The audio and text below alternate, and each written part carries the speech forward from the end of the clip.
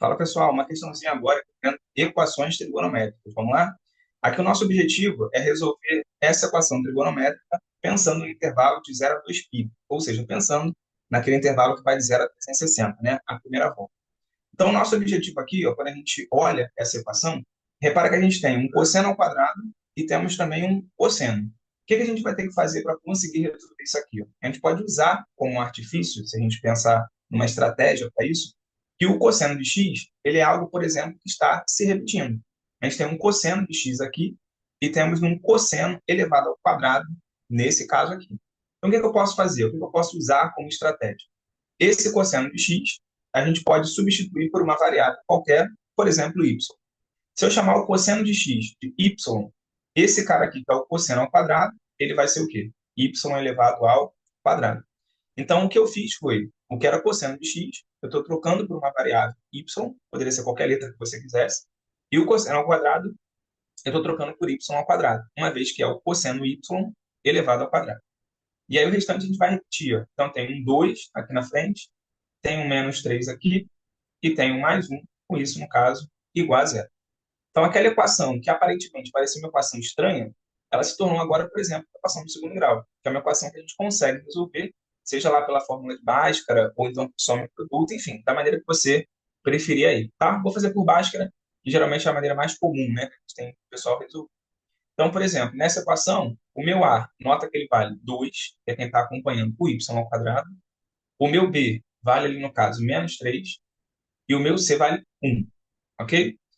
Seguindo na fórmula de Bhaskara, olha, o delta ele é b ao quadrado menos 4ac. Vamos lá resolver. Então, o meu delta fica, ó, o b, que vale menos 3 elevado ao quadrado, isso menos 4 vezes o a, que é 2, vezes o c, que vale 1. Resolvendo isso, ó, o menos 3 ao quadrado dá 9, menos o 4 vezes 2 vezes 1, que dá 8. Meu delta, então, é 9 menos 8, que vale 1. Seguindo para a segunda parte da fórmula, que geralmente a gente fala que é o x, mas nesse nosso caso aqui é o y, né?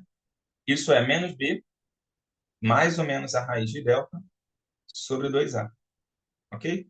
Então, isso vai ficar para a gente, ó, menos o meu b, que no caso ali vale menos 3, mais ou menos a raiz do delta, que é 1, e na parte de baixo a gente tem 2 vezes o a, que vale 2.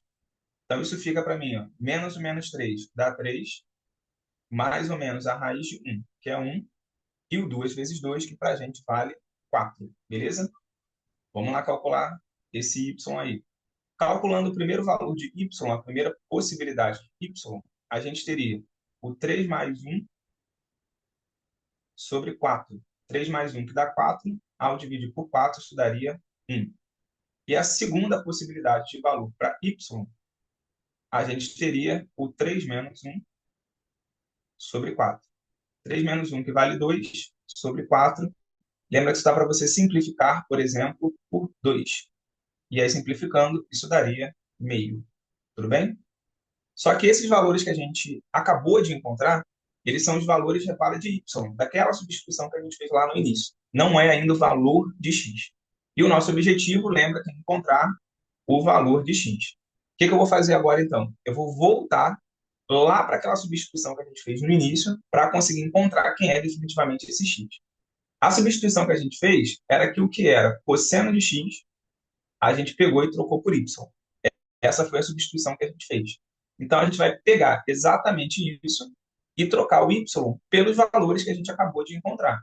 Então, ó, aqui a gente tem a substituição que a gente fez e eu vou fazer os dois casos possíveis. Quando, no caso, esse y for 1, então vamos colocar aqui, ó, quando isso acontece, cosseno de x igual a 1, e também o outro caso na sequência, quando o cosseno é igual a meio, tá?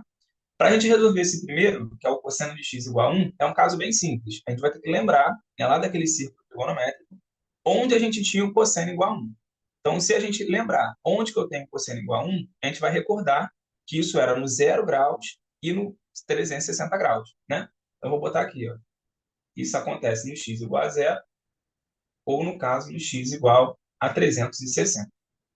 Passando para radianos, já que aqui a gente estava com essa interpretação do radianos, nota que o 0 graus em radiano é zero mesmo, então seria 0 rad, né? 0 radianos.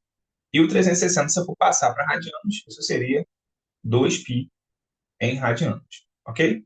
Então, essa seria a solução se o y for 1. Agora, o segundo caso é quando você tem o cosseno de x igual a meio, que foi a outra solução que você encontrou. Quando a gente pensa, por exemplo, esse cosseno de x igual a meio, um dos valores já está na nossa cabeça, né? Ou está naquela tabelinha lá do 1, 2, 3, 3, 2, 1, já é um valor assim propriamente dito conhecido. Então, se eu pensar naquela tabelinha do 1, 2, 3, 3, 2, 1, onde que eu tenho cosseno igual a meio? O cosseno igual a meio está localizado no 60 graus. Então, lá eu tenho esse cosseno igual a meio. Só que a gente sabe que quando fala do círculo trigonométrico, a gente não se resume mais apenas ao primeiro quadrante, né? Então, quando a gente vai olhar, por exemplo, esse cosseno igual, por exemplo, a meio, a gente também está olhando para outros quadrantes onde o cosseno é um cosseno positivo. Então, a gente tem cosseno positivo onde? Lembra lá? É no primeiro quadrante e também no quarto quadrante. Então, eu vou ter que ver quem se associa, por exemplo, a esse 60 lá no quarto quadrante, tá? Vamos fazer um desenhozinho aqui. Vou fazer assim a mão mesmo, tá? Então, a gente tem ali ó, o 60, que é o valor que a gente acabou de descobrir, e eu preciso chegar isso com ele lá no quarto quadrante, que é onde o cosseno também é positivo. Lembra que no quarto quadrante, a relaçãozinha que a gente tem para ver isso daí é aquele 360 menos x. Então, seria o 360 menos o 60. Isso daria 300. Então, a outra possibilidade que a gente tem de resultado para isso aqui seria no x igual a 300. Vamos passar para radianos. Então, tem que passar o 60 para radianos e, no caso, o 300 também para radianos. Você pode fazer aquela regra de 3 ou, de repente, você já se lembra aí do 60 de cabeça, né? Do tanto que a gente usa. Então, lembra que o 60 em radianos, ele é π sobre 3. E se a gente pensar no 300, ele é exatamente 5 vezes o 60. Então, ele vai ser 5 vezes esse π sobre 3 aí, radianos, tá? Então, a nossa solução para essa equação seria ó, o zero, que a gente encontrou lá em cima, o 2π, o π sobre 3 e o 5π sobre 3, tá? Então, teríamos essas quatro soluções aí para a equação. Uma coisa legal da gente mencionar é que repara que o 360 está fazendo parte da solução, porque aqui, nesse 2π, o intervalo está fechado. Se por acaso tivesse escrito desse jeito aqui, ó, de 0 a 2π, fechado no zero, e no caso ali, ó, aberto, por exemplo, 2π, que às vezes é comum de acontecer, o 360 não entraria na solução. E aí seria apenas 0, o π sobre 3 e 5π sobre 3.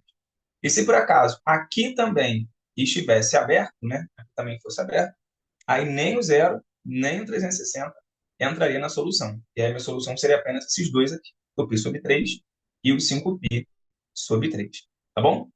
Então é isso, finalizamos mais uma equação, pessoal. Valeu!